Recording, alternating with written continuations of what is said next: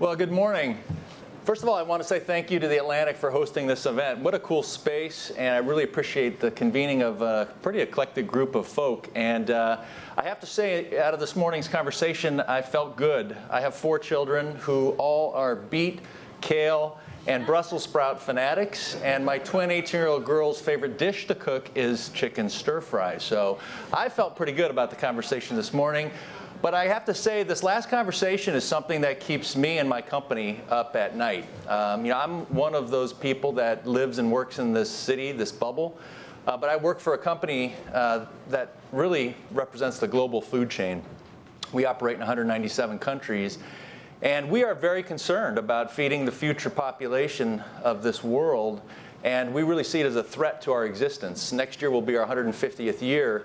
And we're looking at the next 150, and we really feel like there's a potential risk we won't be able to get the inputs we need to continue to grow our business. And so we're very reliant on agriculture, on cattle, on farming, and so it's really critical that we have access to a good, sustainable source of raw materials to keep our operations operating. And I want to talk to you about one topic that's related to this challenge, and that is water. It is hard to have any conversation around food without talking about water. Water is a key input into the production of all the inputs that we need to operate our facilities. And so one of the things that we've been doing over the years is looking at ways in which we can contribute to saving water in our facilities. But I really appreciated the conversation that was brought up earlier, that it's not incremental things that are going to help us as an industry address these challenges. It's got to be transformational change. And so one of the things that we're doing is this year we announced a pretty transformational change to one of our factories in Modesto, California. That factory produces Carnation evaporated milk. And we have committed to bringing a technology that will enable us to operate that factory without using any water. We will have 0 water withdrawals.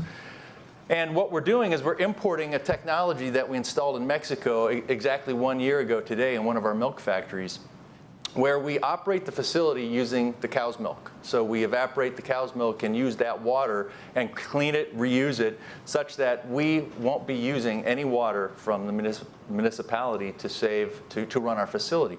And that's pretty significant, because when you think about how much water it takes to run a dairy factory, it takes actually more water than the milk you process. And so in this facility in Modesto, where we rely on dozens of family farmers to supply us fresh milk every day to the tune of at least 1 million pounds of milk a day, we're going to save 60 million gallons of water a year, which is pretty significant. And we're looking at ways in which we can take this innovation to some of our other facilities across the globe. And so we're really excited about bringing this innovation not only to our facility, but hopefully to inspire others to look at ways in which they can look at their operation to see how they can have a transformational change in addressing water, because water is not one actor's responsibility. Really, it's going to take the village. It's going to take all the watershed users to be able to make steps and change in their process to be able to really significantly reduce water usage and have a sustainable source of water supply to really feed the world. So that's one area where we're really excited about making some progress. And because of the things that we've done across our facilities over the last 10 years, we've been able to reduce our water consumption in our factories over the last 10 years by 1/3 while doubling production. So that's not the numbers that we need that you heard earlier. We need to double production with half, but we're making good progress. And we're really excited about learning from others is really what I would say, and how we could even have more step function change in our facilities. So there is no single one-size-fits-all approach to addressing these challenges. You really have to look at it within the global context. And like I said, it's going to take innovation that's going to be needed to really transform the way that not only we operate, but our industry operates. And we've done other things as well, where we're using local landfills to supply methane gas to our facilities to really leverage some of the naturally occurring resources that we can use in our facilities in a more efficient way.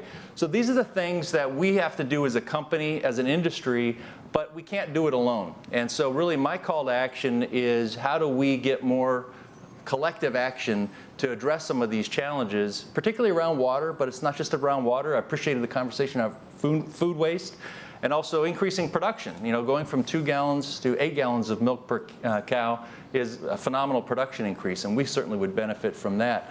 So we really enjoy the dialogue that we have with the NGOs, the other organizations, our peers, to help us to create that collective action that's really going to enable us to have a sustainable source of raw material supplies such that we can meet the growing demand for food in the coming decades. So I'm really excited about the continued dialogue that was happening this morning.